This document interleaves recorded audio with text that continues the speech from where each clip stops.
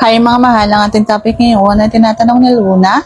Ang tanong niya ay, kapag ang babae ay lalabasan, saan lumalabas? Doon ba sa daan ng ihi? O may iba pa bang nilalabasan ang gata? So yan natin pag-usapan for today's video. Interesado ka ba malaman kung ano ang aking sagot? Please keep on watching para bago yan. Kung bago ka pa lang sa aking channel, please consider to like this video and subscribe my channel.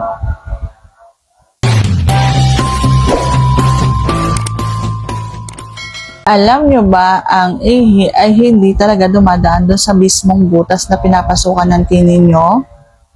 So, hindi doon lumalabas ang gata ng isang babae.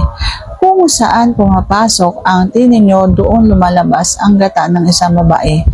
At yung ihi, doon po yan nanggagaling sa may pasas. Napakadaling sagutin yan.